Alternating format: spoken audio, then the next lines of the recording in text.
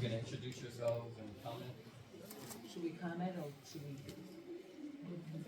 give our take? Okay. We should give our take. Sure. So, thinking on our feet is what we do. So I thought it was very interesting that you mentioned how the question of where leads to the question of when, which I saw also led into how we build models to develop these post-colonial classrooms. So how do we institutionalize these ideas such as speaking, with accents and dialects versus, standard English, right? And making that acceptable way of expression. That makes me think about, in the United States, we have something called African American Vernacular English, right? Which is often not accepted in the classroom setting. We're taught how to articulate and standardize English, or what they used to call the Queen's English, now back to the King's English. But it relates to one of the fundamental rights of freedom of speech and freedom of expression.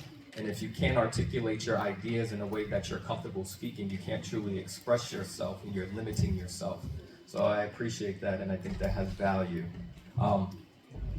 Anyone want to reflect on what was stated before we move on to the next segment of this presentation? Are you going to pull your PowerPoint slides up? Who would you like to go next? We can just go down the order. I just want to briefly respond to.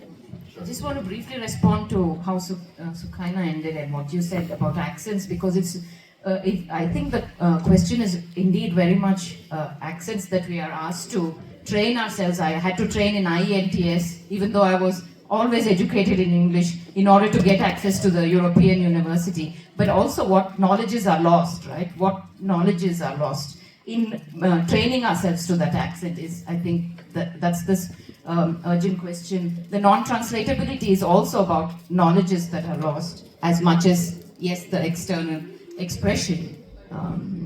So I just wanted to. Thank you.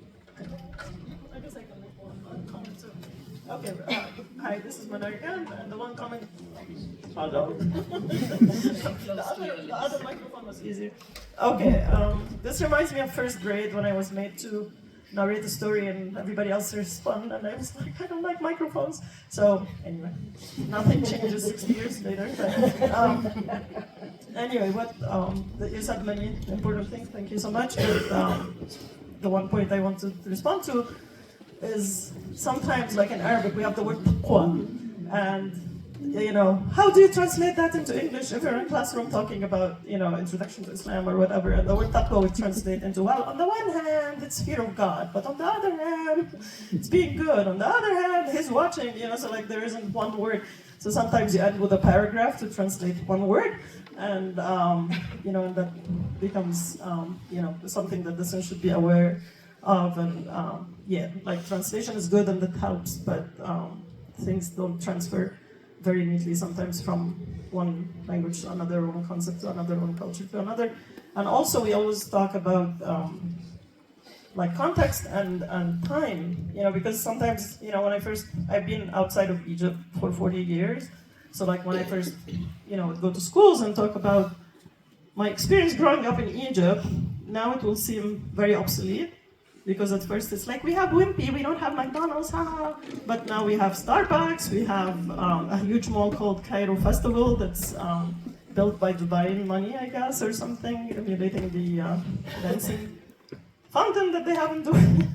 So things do change all the time, in other words. So students shouldn't get stuck on, I always fear, for example, of reading Najib Mahfouz with